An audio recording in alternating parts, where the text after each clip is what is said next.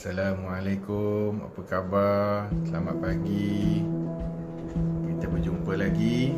Pagi ni Alhamdulillah kita masih lagi diberi nikmat untuk merasai keindahan hidup pada pagi ni. Okay. So seperti mana yang kita tahu, semalam kita dah dapat info yang mengatakan Kelantan, Seremban, PD dah start PKP, bukan PKPB lagi. Jangan risau, jangan gundah gulana, hidup masih berjalan. Walaupun mungkin tak seperti biasa, tapi yang penting hidup masih berjalan, kan? Jadi pagi ni, sebelum tu sekarang ni saya ada Facebook @macteddy, saya dah ada Instagram @macteddy, dah ada YouTube channel @macteddy. So siapa yang berminat, tolong subscribe Okay. And sekarang ni hari ni saya nak bercerita tentang apa?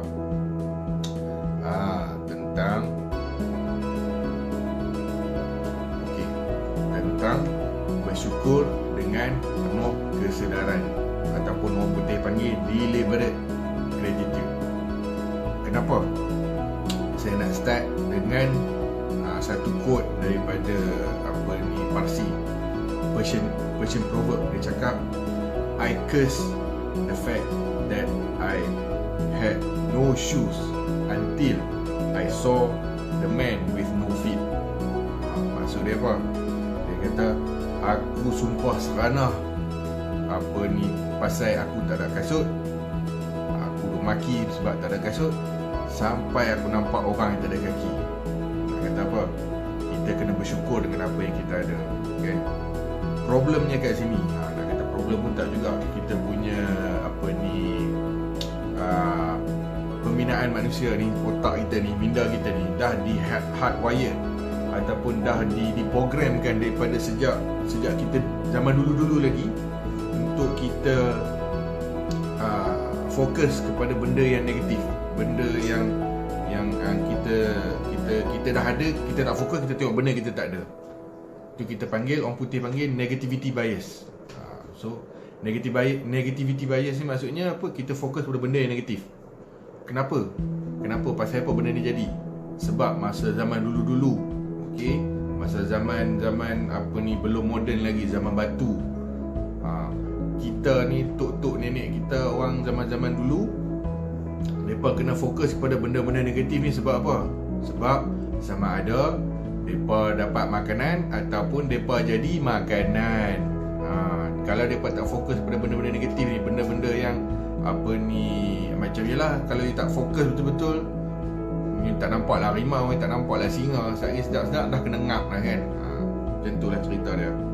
So sekarang kita punya cabaran di zaman moden, di zaman baru, era baru ni, kita kena ubah kita punya mindset, program dalam otak kita ni, daripada tak bersyukur ataupun fokus kepada benda yang negatif kepada benda yang positif. Okay, tu kita punya cabaran sekarang. Okay, dan benda ni saya nak bagi tahu, boleh dibuat. Kita boleh buat, insya-Allah. Tapi kita kena konsisten lah. Kita kena ada kesedaran untuk berubah. Hence saya cakap tadi, bersyukur dengan kesedaran, kan? Okay. In fact benda-benda yang negatif, benda yang membuatkan kita rasa takut, benda yang buat kita rasa stres, dia punya penawar ataupun ubat dia adalah bersyukurlah, gratitude ni. Apa yang kita nak buat? Tu lagi saya cerita tips ya. Ada banyak lah, you boleh google dalam internet semua tu, tapi saya cerita sikit-sikit dulu. Okay. Tapi sebelum tu saya nak cakap, ada satu term yang dipanggil hedonic adaptation. Hedonic adaptation ni binatang apa? Orang kata, kan?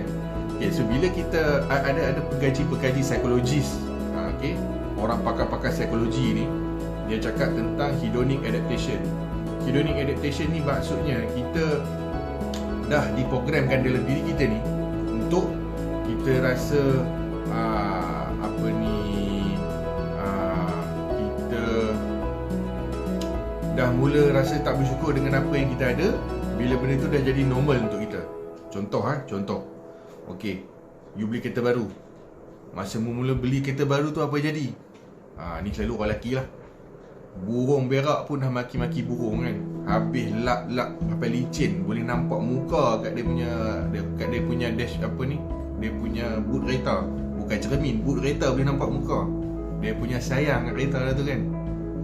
Nak buka pintu pun lap-lap dulu nak buka. Punya dia sayang kereta dia kan. Cuba tengok lepas setahun dua apa jadi. Bila dia dah biasa dengan kereta dia tu, berjalan sikit pun dia buat tak heran je. Kotor punya berdebu kereta pun buat tak kisah, tak pergi basuh kereta pun. That is hedonic adaptation. Contoh yang kedua pada yang berkahwin. Masa mula-mula bercinta dulu apa jadi? Jalan sikit punya rapat, nyamuk nak lalu pun tak boleh. Kan? Lepas ni yang couple ni nak kahwin, lepas 2-3 tahun apa jadi? Jalan macam ni. Seorang ke depan, seorang ke belakang pun ada, duduk jejah pun ada, gajah lalu pun boleh. Apa jadi? Sebab dia dah tak bersyukur. Dia dah tak yelah, benda tu dia dah jadi benda normal tu dia. So dia dah jadi macam takes things for granted. Tu contoh paling senang lah. Lain apa lagi? Pasal kerja. Dulu masa mula-mula dapat kerja, syukur gila lah boleh dapat kerja dah. Tunggu dah dapat kerja kat 2-3 tahun. Contoh, ada macam doktor-doktor, para doktor muda sekarang ni, ada sampai setahun kena tunggu placement nak masuk kerja. Masa dah mula-mula dapat tepat boleh masuk kerja tu, syukur Alhamdulillah. Masuk tak sampai seminggu apa jadi? Komplain memanjang. Ada je benda tak kena kan. Bukan nak kata tak boleh komplain, boleh. Tapi cuba kita fokuskan minda kita, fokuskan diri kita ni kepada benda yang lebih positif. InsyaAllah akan membawa lebih kebaikan pada kita. Tu nak cakap pasal hedonic adaptation ni. Okay, apa dia punya solution dia, apa dia punya penawar dia, apa dia punya ubat dia. Kita kena buat deliberate gratitude ataupun bersyukur dengan penuh kesedaran. Okay, so sekarang ni saya nak ajak untuk kita buat gratitude journal ataupun orang kita panggil diary lah. Buat diary bersyukur. Apa yang nak tulis dalam tu? Okay, simple je. Tiap-tiap pagi ataupun sebelum you tidur, malam-malam, you tuliskan 10 benda yang you rasa bersyukur berlaku pada you hari tu. Contoh, kalau bangun pagi-pagi mungkin you tulis pasal semalam lah. Apa yang jadi semalam. Kalau you buat malam ni, masa nak tidur, you tulis lah apa jadi hari ni yang you rasa bersyukur. Boleh jadi benda yang sekecil-kecil macam dapat makan, dapat minum, okay, dapat berehat-rehat, you dapat berjalan. Sebab ada orang tak ada kaki, tak boleh nak berjalan pun. Okay, contoh-contoh macam ni. You ada rumah untuk you balik, you ada keluarga untuk you balik bermain-main, you ada anak, you ada isteri yang boleh you balik bersembang-sembang, berhappy-happy. Okay, you ada kerja, walaupun you work from home, you masih ada kerja berbanding dengan orang lain yang tak ada kerja. Contoh. Okay, so tu yang pertama, kita buat gratitude journal. Yang kedua, kita nak buat apa? Cara untuk kita nak tanamkan sifat bersyukur dalam diri kita ni. Okay, yang kedua, tips yang kedua, you jangan compare you dengan orang lain. Jangan duk compare. Sebab apa? Perjalanan hidup kita, perjalanan hidup orang lain berbeza-beza. Hatta you dengan isteri you dengan anak-anak you dengan adik-beradik you, perjalanannya berbeza. Okay, you punya perjalanan, you punya race, you punya perlumbaan adalah dengan diri you sendiri. You jangan compare dengan orang lain. Jangan compare benda orang lain ada, you nak juga. Tu yang jadi tak bersyukur tu. Tetapi you boleh gunakan orang-orang lain ni, orang-orang yang berjaya, sebagai you punya benchmark, sebagai you punya target, you punya goal. So, untuk memotivasikan diri you untuk jadi macam dia orang, untuk berjaya macam dia orang, untuk happy macam dia orang, you boleh buat macam tu. Tapi jangan you compare. Jangan you banding-bandingkan. Jangan duk banding-banding. Okay? So tips yang ketiga, you kena appreciate all the simple things in life. You kena bersyukur, you kena nampak benda-benda kecil yang berlaku dalam hidup you. Contoh paling senang, you ada katil, bangun tidur daripada tilam dan katil yang selesa.